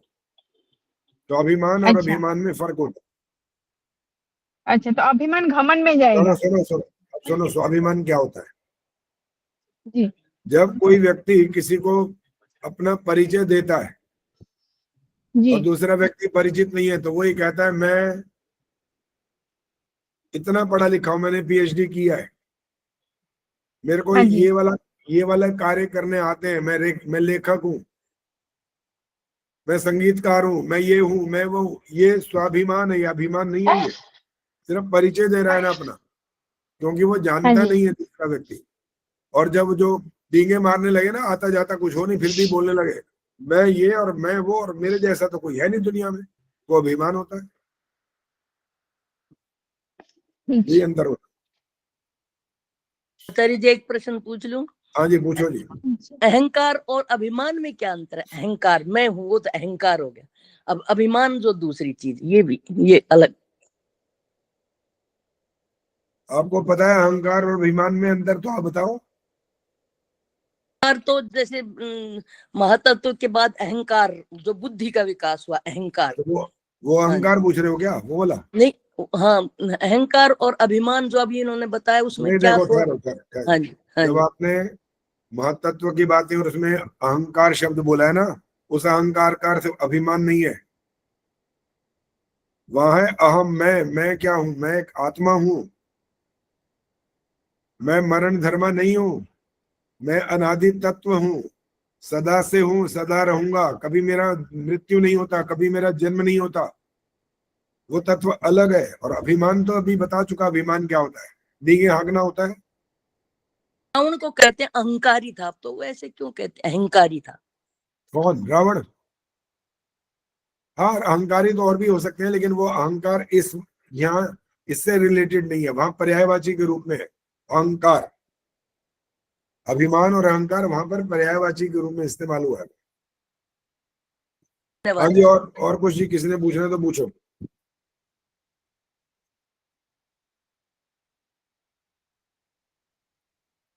चलो जी, अब जरा ध्यान से सुन लो, मैं जो बोल रहा हूँ। हाँ बोलो, कौन बोल रहा है? आचार्य जी मैं बोल रही हूँ। हाँ बोलो मैं बोलो। मैं एक बात कहना चाह रही थी कि जो पुस्तक हम छपवा रहे हैं उसके लिए अगर कुछ साधक साधिकाएं 2-2 4-4 लाइनें लिख दें उसके बारे में, तो वो भी हम उसमें दे सकते हैं। हाँ बिल्कुल दे सकते हैं, क्यों नहीं दे सकते, पहले भी जैसे दिया था। हाँ जी आप जो चाहे अपने आप लिख कर भेजें हमारे पास, और उनमें से सारे तो नहीं भेजेंगे हम, कुछ लोगों का जरूर भेजेंगे। और भी विद्वानों की सम्मतियां भी मैंने बोल दिया उनको, वो भी भेजने वाले हैं। तो ये कार्य पूरा शुरू हो चुका है। आप भी जो अपनी सम्मति इसमें देना चाहें, विचार रखना चाहें, वो दे सकते हैं। बहुत लंबा लंबा ना लिखें, ठीक है। 10-15 लाइन से ज्यादा ना हो बस। हाँ जी। और दूसरा वो ये कह रहे थे कि भाई समय बहुत कम है और आचार्य जी को कहें कि दिसंबर में थोड़ा सा टाइम थोड़ा आगे बढ़ा दें जाने का। मैंने उनको बताया था ना, उन्होंने दुबई जाना है। टिकट आ चुकी है, आ चुकी है? अच्छा, मैं आपने उस दिन कहा था ना अभी नहीं बुक हुई। हो गई, कल परसों हम गए थे दिल्ली, जब करवा के आ गए। अच्छा बेटी तो कह रही थी भाई आ जाओ वहाँ, कोई हमारे एक भतीजे भी आ रहे हैं वहां से, विदेश से, वो इनके यहाँ पहुंच रहे हैं, तो कब कहने की लगे करवाई है आचार्य जी? है जी, कब की कराई है बुकिंग? 9 तारीख 9 दिसंबर, दिसंबर। 9 दिसंबर। तो मैंने उनको कहा भी, मैंने कहा उन्होंने तो जाना ही था, वो निश्चय ही है, अभी तारीख नहीं मुझे पता। तो वो यही कह रहे थे कि समय बहुत कम है, कोई तो बात नहीं, जो करते रहेंगे ठीक ठाक, इसको करते रहेंगे, पढ़ते रहेंगे, मेरे को भेजते रहेंगे ऑनलाइन, जैसे भी होगा करेंगे, इसको काम तो करना ही है, तो हो जाएगा, हाँ, इसी का बात। तो भाई इतनी जल्दी नहीं हो पाएगा, मैंने कहा कोई कोई बात बात नहीं, जब भी होगा होगा, फिर ठीक है। प्रयास करते रहेंगे, अगर वो हमें भेजते रहेंगे, उनको चेक करके वापस भेजेंगे, और जो डिजाइन बनाते रहेंगे उसका भी सब देखते रहेंगे, सारा कार्य। पुस्तक का नाम पूछ रहे थे, होता है हो? अभी तक तो मैंने तो वही सोचा हुआ है, सत्यार्थ प्रकाश प्रश्नोत्तर समझ आया अभी तक तो, बाकी तो, और आप, मैंने कहा था आप सुझाव भेजो, लिख करके भेज दो। नहीं तो इसके साथ आप दूसरे भी आपने डाले हैं ना कुछ प्रश्न? अभी और मैंने कुछ डाला नहीं है, मैंने इतने दिए, पहले ये टाइप हो जाए, इससे पेज पता लगे, पृष्ठ पता लगे, फिर उसकी कीमत पता लगे, वो क्या लेंगे हमसे, उसी हिसाब से फिर, और बहुत कुछ तैयार है मेरे पास, सारा कुछ तैयार है। मैंने वैदिक प्रश्न में जो डाल रखे हैं सब, उसकी फोटो कॉपी सब करा चुका हूँ, लेकिन अभी उनको दिया इसलिए नहीं है, पहले इनके पृष्ठ पता लगे, कितने पृष्ठ बन रहे हैं, क्योंकि ये पेज है, रजिस्टर का पेज है, कॉपी का पेज नहीं है। ये एक बात और, सत्यार्थ प्रकाश प्रश्नोत्तरी से पहले भी 2 पुस्तकें छप चुकी हैं इसी नाम से। हाँ, प्रश्नोत्तर ही नहीं है ना, प्रश्नोत्तर है, ये फर्क है एक तो। अच्छा जी। हाँ, ये फर्क है। तो थोड़ा सा अगर और चेंज करें। और ये आपका सुझाव कह तो रहा हूँ, आप अपनी तरफ से और सुझाव भेजो, इसमें क्या और शब्द हो सकता है। ठीक है जी।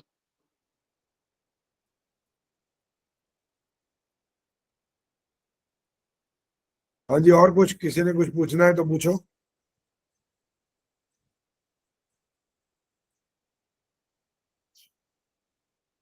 चलिए, मैं बस बात कर रहा हूँ, मैं थोड़ी सी और, फिर समय समाप्त। आचार्य जी, इसका नाम सत्यार्थ प्रकाश तर्क वितर्क भी रख सकते हैं? नहीं, तर्क वितर्क नहीं रख सकते, बाकी लिख करके ही भेजना जो कुछ भेजना है, ठीक है।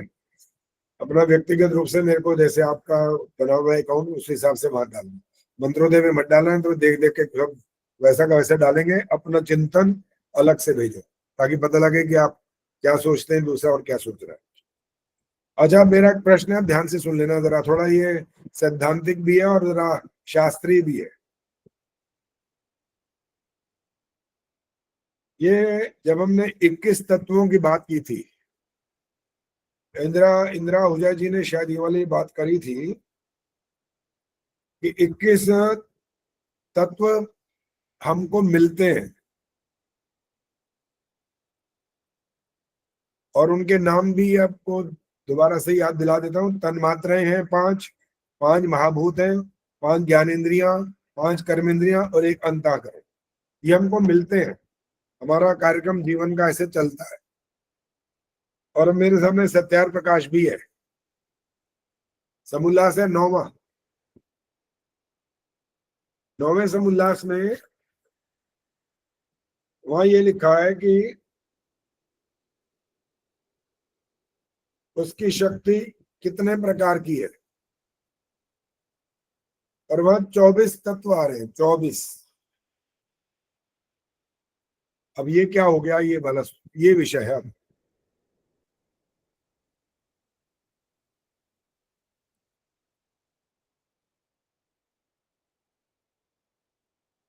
समझ आया, ये प्रश्न समझ में आ गया। 21 तत्व मिलते हैं, आपका जीवन चलता है।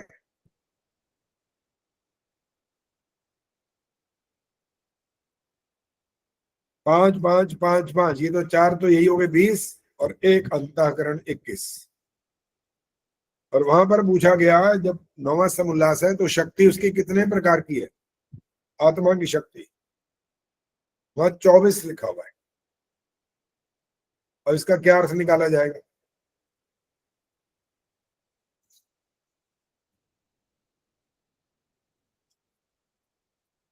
अब इस बार चिंतन मनन कर लेना जरा, अगली बार इस पर बात करेंगे, परसों। 11वां समुल्लास को हम अभी हमारा तो बीच में अल्प विराम चल रहा है अभी, आज भी नहीं हो पाया क्योंकि आज सम्मेलन से संबंधित बातचीत करनी थी और आपको संकल्प व्रत याद दिलवाना था, इसलिए ये वाली बात बीच में अब जोड़ी है कि इसका उत्तर ढूंढना है कि क्या मतलब निकला इसका।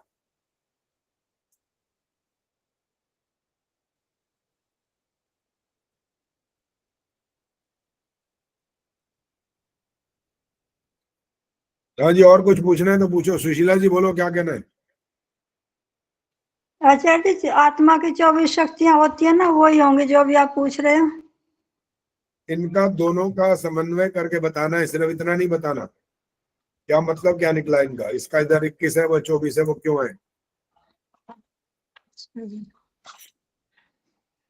ठीक है। हाँ जी।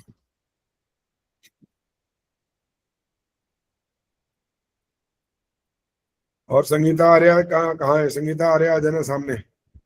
हाँ जी। जो आप अपने को बताओ, रोज हवन करते हो? पहले तो ये बताओ। मैं रोज नहीं करती, वैसे पूजा करती हूँ। पूजा करती हूँ? कौन सी पूजा? भगवान जी भी कर लेती हूँ, रोज गायत्री मंत्र भी बोलती हूँ 5, उसमें ये ओम त्र्यंबकम भी बोलती हूँ 2-3 मंत्र ये जो वैसे बोलती हूँ। ये भी जो चल रहा है ना, ये कुछ और संकेत कर रहा है। ये भी जो ये भी करती हूँ, वो भी करती हूँ। एक्चुअली पूजा शब्द से तुम फंस गए हो। पूजा करती हूँ वो बताओ। हाँ, मैं जोत जलाती हूँ, वहां पे गायत्री मंत्र भी बोलती हूँ मैं, और ये ओम त्र्यंबकम के भी 3 मंत्र बोलती हूँ। ये 3 गायत्री मंत्र। सारे भी ठीक है, कोई दिक्कत नहीं है। ये किसके सामने दीप जलाते हो ये बता दो। बस मैंने भगवान 2-3 फोटो रखी हुई है। नहीं तो इसीलिए तो पूछा है, और किसने ये पूछा है? गायत्री मंत्र का भी रखा हुआ है पूरा, जो समाज से हमें मिलता है। गायत्री मंत्र, तीनों बोल रखे हैं। खैर उठाओ। गायत्री मंत्र की कोई फोटो नहीं होती, कोई गायत्री माता नहीं हुई है। नहीं, वो फ्रेम करे हुए जो गायत्री मंत्र लिखा हुआ है वो रखा हुआ है। वो अलग बात है, गायत्री मंत्र लिखा हुआ है अलग है। लेकिन सुनो, ये जो कहा ना ऐसे करना, गायत्री मंत्र को चाहे करो तो भी अवैदिक है। ये भी वैदिक नहीं है। इसका मतलब है कि हमारे को यहाँ पर स्पष्ट नहीं होता कुछ भी। अच्छा। अभी जब मैंने दिवाली वाली बात पूछी थी तो उन्होंने तो उसी दिन फैसला कर लिया, कह कि हमने तो छोड़ दिया, सब बता दिया वो जिनकी हमने पूजा की थी।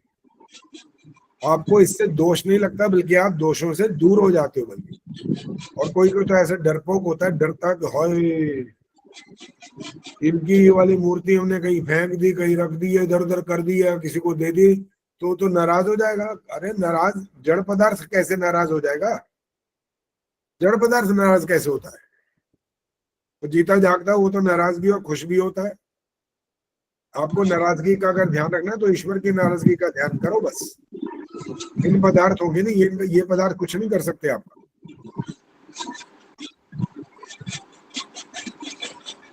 इसलिए वैदिक सिद्धांतों को समझना, आत्मसात करना बहुत बहुत कठिन भी है, लेकिन जरूरी भी है। आसान तो नहीं होता, क्योंकि बचपन से जो चलता आ रहा है ना, कारण चाहे हमारे माँ बाप हो, चाहे हम किसी परिवार में आए जहाँ विवाह हुआ, चाहे वो हो, कारण तो कोई भी हो सकता है, लेकिन उन कारणों को हटाकर ठीक मार्ग पर चलना ये कठिन काम होता है, आसान नहीं। जो सत्य मार्ग पर चल पड़ता है तो उसका तो कल्याण होगा ही होगा, सीधी बात है। उसके सास ससुर पति पत्नी बच्चे ये वो माँ बाप किसी का नहीं होगा, अपना ही होगा, केवल अपना। जैसे भोजन करते हो तो पेट आपका भरता है, किसी दूसरे का नहीं भरता, चाहे कोई भी हो, वो कितना ही खून का संबंध हो, केवल अपना पेट भरता है भोजन करने से। इसी प्रकार से जो ठीक मार्ग को चुन लेता है उसका ही कल्याण होता है। पत्नी और पति और ये अलग अलग जो है, सबका नहीं होता एक एक करने से। जो जैसा करता है वैसे ही उसको फल मिलता है। हाँ जी, पद्मा जी ने हाथ खड़ा किया क्या? किसने किया हाथ?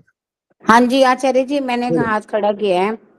आचार्य जी, आजकल जैसे हम लोग दशहरा या दिवाली जो भी त्योहार आते हैं, और हम अगर बच्चों को ये कहें कि ये त्योहार जो दिवाली है, ये श्री राम वापस आए थे, उनके उसमें ये दिए जलाए गए थे, ये इससे संबंधित नहीं है, तो बच्चे कहते हैं कि हमें तो आज तक यही पढ़ाया गया। हम कैसे मान लें आपकी बात को कि ये इससे संबंधित नहीं है? तो मैंने उनको ये भी समझाया कि जैसे कि श्री राम गए थे अप्रैल के महीने में, जो हमारा नववर्ष शुरू होता है, और भरत ने भी ये प्रतिज्ञा की थी कि अगर आप 14 वर्ष के पश्चात उसी दिन अगर वापस नहीं आए तो मैं आत्मदाह कर लूंगा। तो आए भी वो तभी वापस थे। तो ये कैसे संभव है कि वो अक्टूबर में, हम नवंबर में दिवाली मनाते हैं और उस समय श्री राम के आने में ये मनाई। बच्चों को आचार्य जी किस तरह से हम कन्विंस करें इस चीज से? मैंने उनसे कहा ये फसलों से संबंधित है, हमारे जो त्योहार होते हैं ऋतुओं से संबंधित होते हैं, वो इस चीज को मानने को ही तैयार नहीं होते। देखो, जो किसी भी बात को आज मानने से इनकार करता है उसका कारण हम स्वयं हैं तो हम ही, ये तो है। इसलिए अब इस बात का कोई ठेका नहीं ले सकते आप, इनको हम मार मार के या किसी भी तरह से मनवा लेंगे। आप बता सकते हो, बस इतना कर्तव्य आपका है और कुछ नहीं। सिर्फ ये बता सकते हो कि ये परंपरा कब से है। अब जैसे आपका जो रक्षाबंधन आता है और इसकी जो कहानी बनी हुई है, महारानी करमवती वाली, भाइयों से जोड़ रखा है। हाँ जी, उनका त्योहार है ही नहीं, बहन भाई का है त्योहार ही नहीं। हाँ, और लेकिन इन बच्चों को तो ये पढ़ा दिया गया, अब वो इसी से संतुष्ट है। और हमारे इतिहास को कितना बिगाड़ा गया ये भी उनको आजकल कुछ ना कुछ उनको व्हाट्सएप और इसके इंस्टाग्राम के माध्यम से पता लगना शुरू हो गया कि हमारे देश का सत्यानाश करने वाले कौन है, जिन्होंने हमारे इतिहास को बिगाड़ करके प्रस्तुत किया। कुछ कुछ आंखें उनकी भी खुलना शुरू हो गई होंगी, और खुल जाए तो बड़ी अच्छी बात, नहीं खुले तो आप, आपका कर्तव्य, आप उनको जो वास्तविक बात है उससे परिचित कराओ। बस माने ना माने, माइक बंद करो, माइक बंद करो। माने ना माने उनकी मर्जी है, आप उसमें उनके ठेकेदार नहीं बन सकते, समझाने वाले सलाहकार बन सकते हो, बस सलाह जरूर करिए। हाँ जी, और कोई बोलो। आचार्य जी, मैं एक बात पूछना चाहती हूँ। जैसे ये हम और पौराणिकों में जो कथाएं होती हैं वहां पर वो आके खड़े होते हैं, नतमस्तक करते हैं, तो हमारे आर्य समाज में भी क्या ऐसी परंपरा ये शुरू हो रही है? एक सन्यासी जी, मैं नाम तो नहीं लेना चाहूंगी, हमारे वार्षिक उत्सव में आए थे 2017-18 में, तो उनके साथ उनके भजन उपदेशक थे। तो वो जब आते थे मंच पर आने उपस्थित होते थे तो वो उनको बोल देते थे कि सब खड़े हो, और खड़े होके उनका जो है सत्कार किया जाए, उनका इस तरह से करवाते थे वो।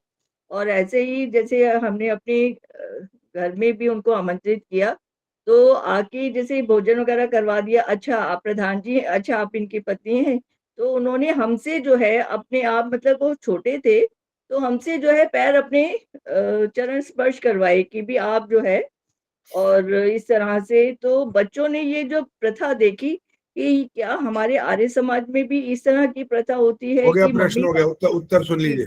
जी जो बच्चे जब स्कूल में पढ़ रहे होते हैं, चाहे वो 12th के भी क्यों ना हो जाए, इतने बड़े हो जाए, दाढ़ी मूछे आ जाए उनकी, जब मैडम क्लास में आती है तो खड़े रहते हैं कि बैठे रहते हैं? हाँ जी, खड़े होते हैं। क्यों? वो सम्मान के लिए। बस यही तो है, इतना ही था, उसमें और कोई बुरी बात नहीं, लेकिन जब वो घर आए हैं तो वो अतिथि अलग के है, लिए वो वाली बच्चे जरूरत तो नहीं है। करते हैं, मतलब उन्होंने सुन लिया, करवाया मुझसे इस चीज को। वो आपकी श्रद्धा है, अगर आप उम्र के हिसाब से बात करेंगे तो आप गलत सिद्ध हो जाएंगे। या उम्र से कोई लेना देना नहीं होता, संन्यास धर्म सबसे बड़ा होता है, वह उम्र से कोई लेना देना होता। अज्ञो वही भाला पिता भवतु मंत्रदा, जो ज्ञानी है ना, जो बच्चा है उसके अंदर ज्ञान है तो वो बड़ा है, वो बच्चा नहीं है वो। और जो अज्ञानी है वो बालक है, बच्चे के समान होता है वो। इसलिए उन्होंने करवाया, हो सकता है प्रेरणा देने के लिए करवाया हो, वरना आपका कर्तव्य बनता है। उम्र के हिसाब नहीं होता यहाँ पर। यहाँ हमारे छोटे भाई स्वामी विवेकानंद को कितने लोग चरण वंदना करते ही हैं, बड़े बड़े करते हैं। तो इसमें सम्मान का एक प्रतीक है। जैसे प्रधानमंत्री वहां आए थे तो वहां से तो बाकायदा अनाउंस किया, खड़े होकर के आप तालियां बजा करके इनका अभिनंदन करें। ये स्वागत का तरीका है, सम्मान देने का एक ढंग है, और इसमें कोई दोष। आचार्य जी, चलो पुरुषों ने तो किया, लेकिन महिलाओं से तो नहीं करवाते कि भी महिलाएं भी जो है उनके चरण स्पर्श करें। नमस्कार कर दिया वो तो ठीक है, लेकिन चरण स्पर्श करें वो तो अपने पति के लिए ही कहा जाता है कि पति के ही अपने चरण जो है छूने आजकल चाहिए। तो पत्नियां पति को भी नहीं करती हैं वैसे तो, अगर नियमों की बात करेंगे तो कहाँ करती हैं। सिर्फ अपना पक्ष रखने के लिए थोड़ी ये बोलना होता है कि हाँ उनको वो तो पति को तो कर सकती हैं, वो करती क्यों नहीं? फिर पहले जवाब तो ये चाहिए हमें। उसके बाद आचार्य जी दूसरा, हमारे घर में तो करते हैं। वो एक आधा ही कोई भाग्यशाली होगा ऐसा कोई पति, बाकी तो आजकल भाग्यशाली बेचारे रहे नहीं है। पत्नियां ऐसे डंडे मारती हैं उनको पकड़ पकड़ के कि पूछो मत, नहीं ऐसे नहीं, यूं नहीं करना, चाहे लठ मारे चाहे प्यार से करे, करवाती तो अपनी है वो।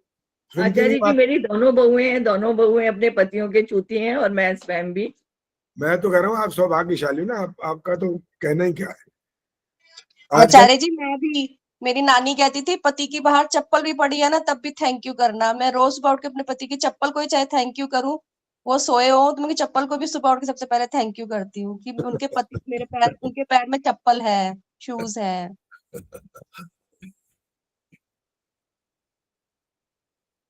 संगीता आर्य, हाँ जी क्या कहना है, दोबारा बोलने ये में। तो वैसे एक तो जो वंदना जी ने बोला कि वो तो अगर घर में कोई छोटा भी आता है उसको खड़े होके हम सम्मान देने वाली बात होती है एक, और एक जो ये कह रहे हैं पति की चप्पल को भी थैंक यू, ये तो सिर पर चढ़ाने वाली बात हो गई।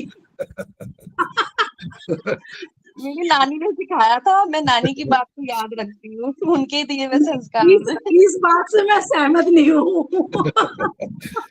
आचार्य जी मैं अब यज्ञ में चली जाऊं? हाँ जी बिल्कुल चले जाओ जी। सिर पे तो खैर नहीं चढ़ाना चाहिए, ना सिर पे पत्नी को चढ़ना चाहिए, ना सिर पे पूरे पति को चढ़ना चाहिए। सबका समन्वय होकर के रह कार्य करना जरूरी होता है। होते हैं मेरे पति देव जब उनकी चप्पल पे छूती हाँ वो तो है, खुश तो हो गई भाई, इतनी इज्जत दे दोगे उनको तो खुश तो हो गई। छोटे बच्चे को भी इज्जत देते हैं तो वो भी बहुत खुश होता है, कौन सा वो नाराज होता है। एक बार यूं दिखा दो तो कहता है, वो भी दिखा देता है आजकल तो बच्चे ही ऐसे हो गए, यूं दिखाओ तो वो भी दिखाते हैं यूं। अच्छा सारी बात मानते हैं आचार्य जी, दीवाने हैं मेरे वो इसीलिए। ये तो अच्छी बात है। साम दाम दंड भेद, बहुत सारी नीतियों का प्रयोग करना पड़ता है भाई। भगवान कृष्ण ने भी बहुत कुछ किया था ना, इसीलिए तो किया।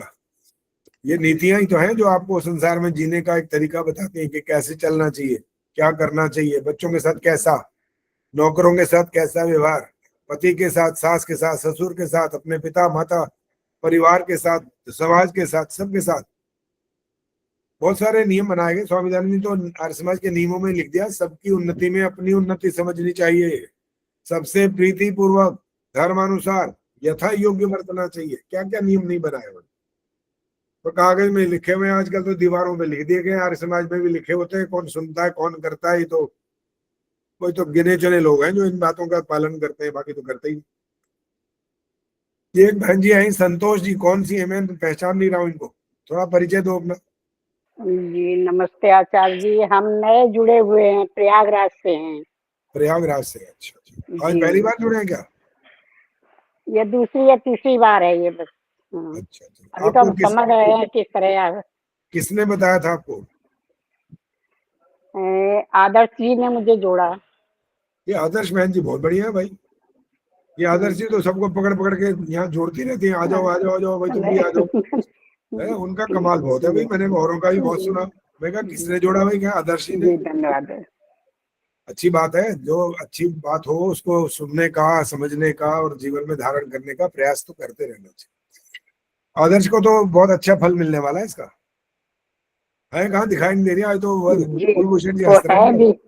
है भी बहुत अच्छी, हर तरह से वो अच्छी है, इसमें कोई संदेह थोड़ी है जी, बिल्कुल बहुत अच्छी है। कुलभूषण जी, हाँ बोलो। नमस्ते आचार्य जी। नमस्ते जी। आज ना वहाँ प्रशांत विहार में महिला सत्संग है। अच्छा अच्छा अच्छा। तो वो उसी में गई हुई है, मैं आज बुखार में यहाँ बैठा हुआ हूँ। अच्छा बुखार है? हाँ जी हाँ। हाल तो अपना भी खराब हो रहा है, देख लो, बोला भी नहीं आ रहा, जुकाम वुकाम सब हो रहा है, लेकिन मिलने का कार्यक्रम है तो करेंगे, कोई बात नहीं, ठीक हो जाएगा। चलो जी, खैर अच्छी बात है, सब अपना अपना जो पुरुषार्थ कर रहे हैं और अच्छा करेंगे, इससे बढ़कर करेंगे।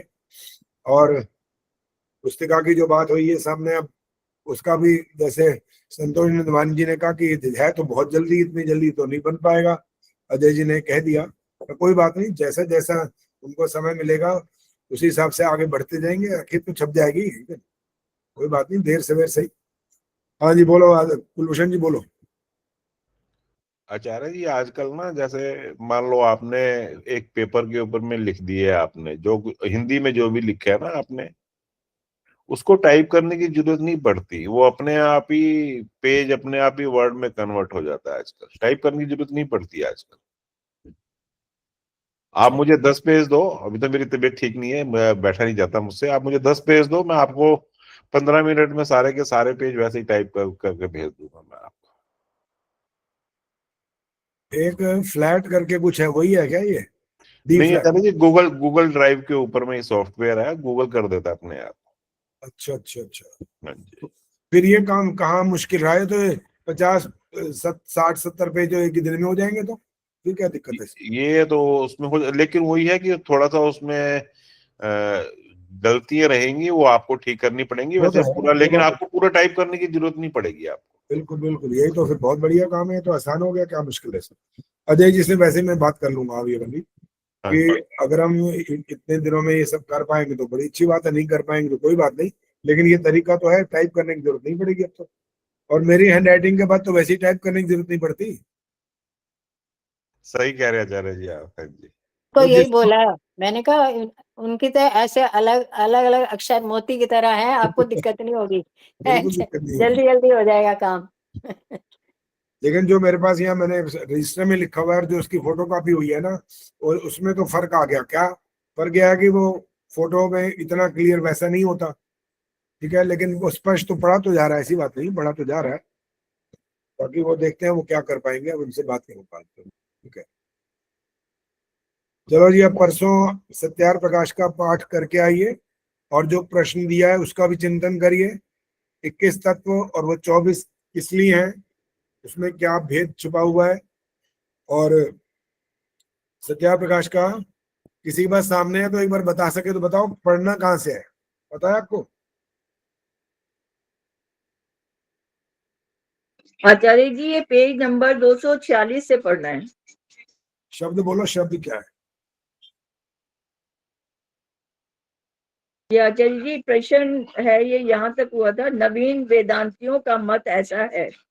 प्रश्न है, जगत स्वपनवत रज में सर्प, सांप में चांदी। ठीक है जी, बिल्कुल यही है। बस यहाँ से पढ़ के 2-3 पृष्ठ कम से कम पढ़ लेना, और उसमें भी कोई लगता है कि ये वाली बात पूछने की है तो आप निशान लगा लेना, फिर आप पूछ सकते। शांति पाठ। ओम द्यौः शांतिरन्तरिक्षं शांतिः, पृथिवी शांतिरापः शांतिरोषधयः शांतिः, वनस्पतयः शांतिर्विश्वे देवाः शांतिर्ब्रह्म शांतिः, सर्वं शांतिः शांतिरेव शांतिः, सा मा शांतिरेधि। ओम शांति शांति शांति। जो बोले सो अभय। वैदिक धर्म की जय हो। जगत गुरु महर्षि दयानंद की जय हो। भारत माता की जय हो। आर्य समाज अमर रहेगा। वेद की ज्योति जलती रहेगी। ओम का झंडा ऊंचा रहेगा। वैदिक ध्वनि